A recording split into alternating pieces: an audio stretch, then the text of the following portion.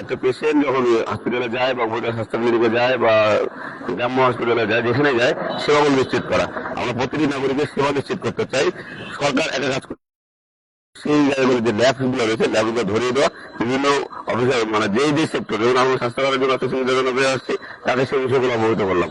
যে ধরনের ওষুধগুলো মজুদ রাখা দরকার তাকে আমরা মনে করে দিলাম, স্মরণ করে দিলাম, পর্যাপ্ত পরিমাণ আছে কিনা সেটা জানাবে। বাট আমাদের উচিত হলো শিক্ষা খাত সহ 5টা মৌলিক অধিকার যে রয়েছে, তার সাথে একটি অধিকার যুক্ত হয়েছে ওয়াইফাই।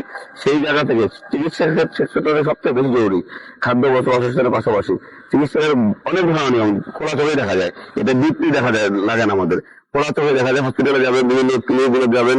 অলরেডি আমাদের যুবদলের মহানগর যুবদলের সদস্য বলেছেন যে ক্লিনিক গুলো, তার মধ্যে আমি যুক্ত করতে চাই বিভিন্ন হসপিটালে দালালদের দৌরত্ব বৃদ্ধি এবং ডাক্তারগুলো যেগুলো ফেমাস ডাক্তার বলি আমরা, তাদেরকে অর্থাৎ চিকিৎসা মেডিকেলের সংযুক্ত চাকরিগত অবস্থায় সেগুলো প্রাইভেট ক্লিনিকে যায় ডাক্তারগুলো করতেছে, এগুলো বন্ধ করতে হবে।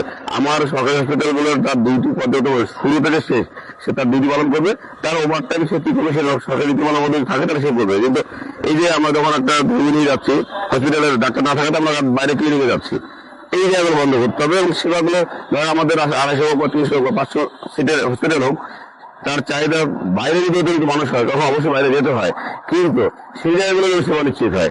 সরকারি হসপিটালের পাশাপাশি প্রাইভেট ক্লিনিক এবং হসপিটাল ডায়াগনস্টিক সেন্টার গুলোতেও যেন আমাদের নাগরিকদের সেবা নিশ্চিত হয় এবং সেই সেবাটা ধারাবাহিকভাবে থাকে, সে আমরা আসলে ব্যক্ত করছি এবং সেই আসার ধারাবাহিকতায় আমরা আজকে চিকিৎসা অফিসে আমরা আজকে সাহায্য জমা দিয়েছি। ধন্যবাদ।